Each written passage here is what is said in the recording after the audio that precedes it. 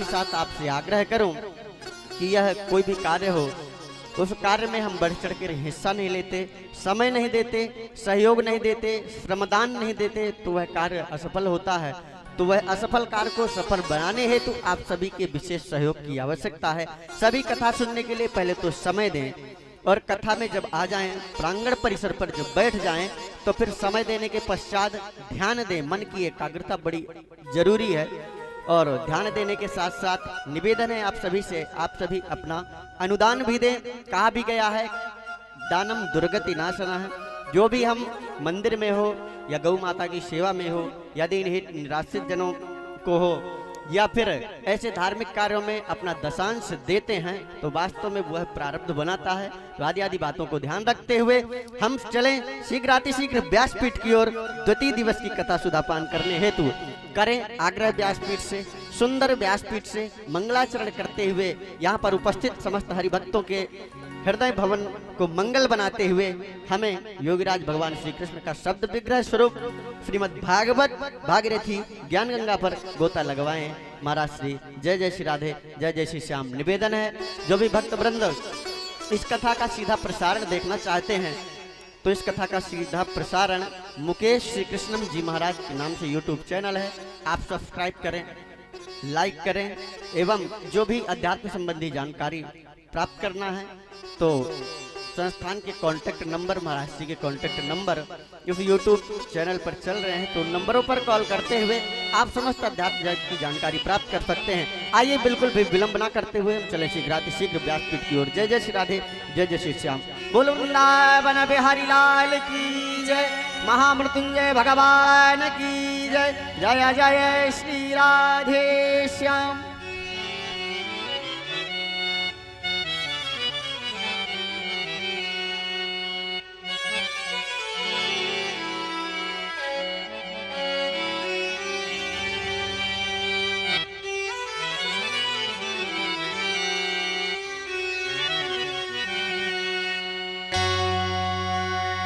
हरि ओम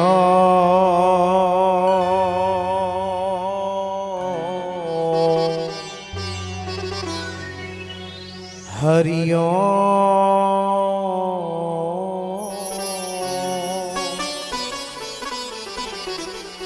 हरि ओम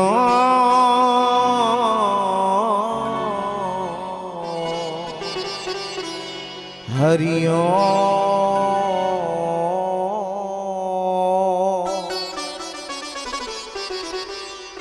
गजानन भूतगणाधिसेवितं कपितजम्बूफलचारुभक्षणं उमासुतं शोकविनाशकारकं नमामि विघ्नेश्वरपादपङ्कजं। वसुदेवसुतं देवं कंसचाणूरमर्दनं देवकी परमानन्दं कृष्णं वन्दे जगद्गुरुं। कृष्णाय वासुदेवाय हरये परमात्मने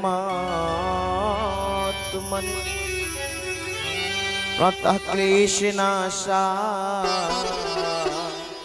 गोविन्दाय नमो नमः। सच्चिदानंद रूपाय विश्वोत्पत्त्यादिहेतवे तापत्रय विनाशाय श्री कृष्णाय वयं नमः। गुरुर्ब्रह्मा गुरुर्विष्णु गुरुर्देवो महेश्वर गुरुर् साक्षात् परब्रह्म तस्मै श्री गुरुवे नमः। श्री राधा मेरी स्वामिनी मैं राधे को दास, जन्म जन्म मोह दीजियो श्री वृंदावन को वास। सब द्वारन को छोड़ के मैं आयो तेरे द्वार, श्री वृषभानु की लाडली निक मेरी ओर निहार। जय जय श्री राधा रमण, जय जय नवल किशोर, जय गोपी चित चोर प्रभु, जय जय माखन चोर। श्री वृषभानु कुमारी के पदवंदों कर जोर, जिनकी कृपा कटाक्ष से सुख उपजत चहु ओर। श्री राधे हाथन मेहंदी लगी, नथ में उलझे केश, नंद नंदन सुलझावते धर ललिता को बेश। जसोदा जी को लाडलो संतन को प्रतिपाल, गही शरण प्रभु राखियो सब अपराध विसार। जाहि देख चाहत नहीं कछु देखन मन मोर, सदा मेरे हृदय बसो नटवर नंद किशोर। आजा प्यारे मोहिना पलक ओटू तो ले, ना मैं देखूं और को ना तो देखन दे। मनमोहन अखियां तेरी नौका के आका, जो जन इनमें फंस गयो सोई है गयो भव से पार।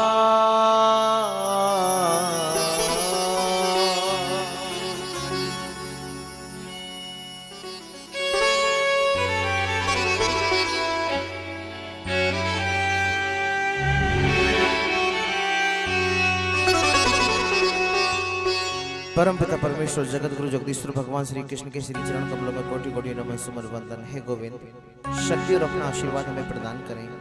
माता पिता सदगुरुदेव के श्री चरण कमलों में कोटि कोटि नमः सुमन वंदन। आप भी शक्ति और अपना अपना आशीर्वाद हमें प्रदान करें। सभी देवी देवताओं के श्री चरण कमलों में कोटि कोटि नमः सुमन वंदन। आप भी शक्ति और अपना अपना आशीर्वाद हमें प्रदान करें और सभी देवी देवता अपना अपना स्थान ग्रहण करें।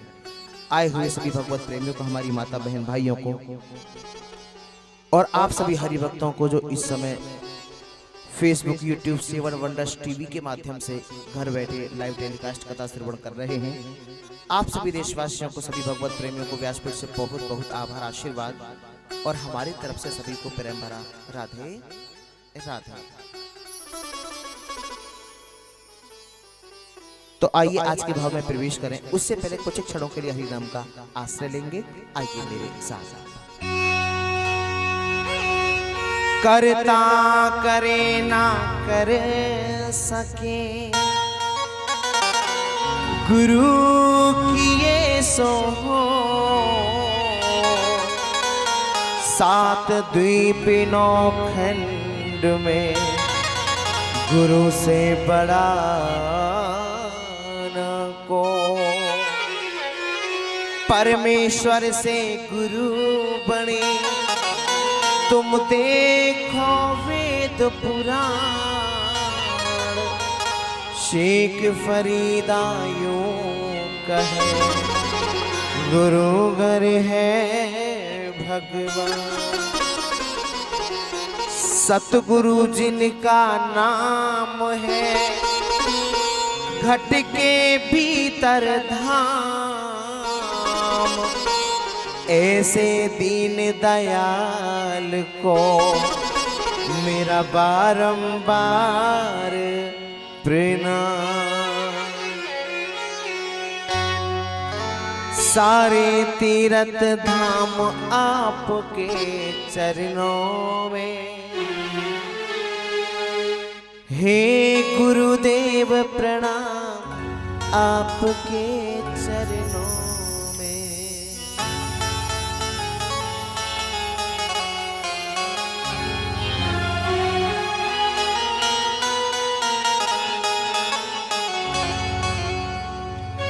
जन्म के दाता मात पिता हैं, आप कर्म के दाता हैं।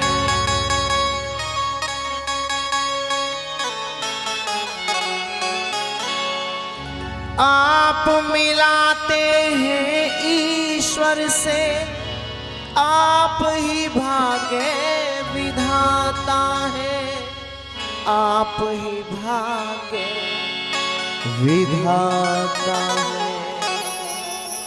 दुखिया मन को रोगी तन को,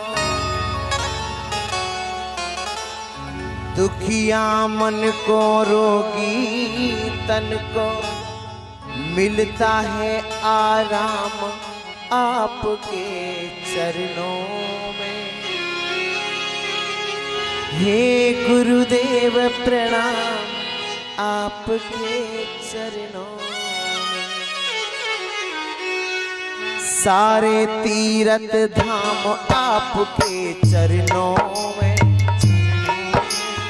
सारे तीर्थ धाम आपके चरणों में। हे गुरुदेव प्रणाम आपके चरणों में।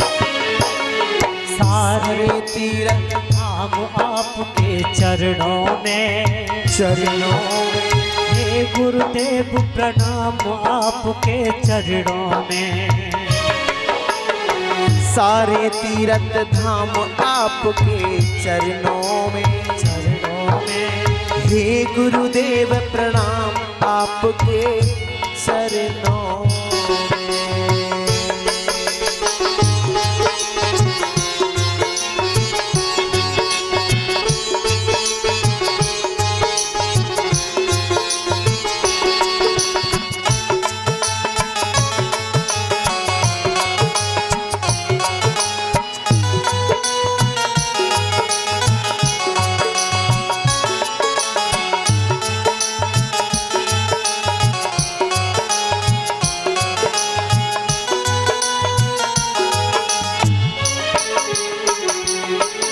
हृदय में माँ गौरी लक्ष्मी कंठ शारदा माता, कंठ शारदा माता है, कंठ शारदा माता है। जो भी मुख से वचन कहे वो वचन सिद्ध हो जाता है, वचन सिद्ध हो जाता है।